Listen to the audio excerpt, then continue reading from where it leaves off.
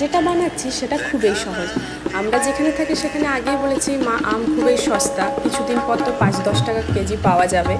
প্রথমে দুধে একটু চিনি দিয়ে ফুটিয়ে নেব 5-6 মিনিট, তারপরে ম্যাঙ্গোটা পিস পিস করে কেটে নেব, তারপরে ম্যাঙ্গোর একটা পাল্প তৈরি করে নেব।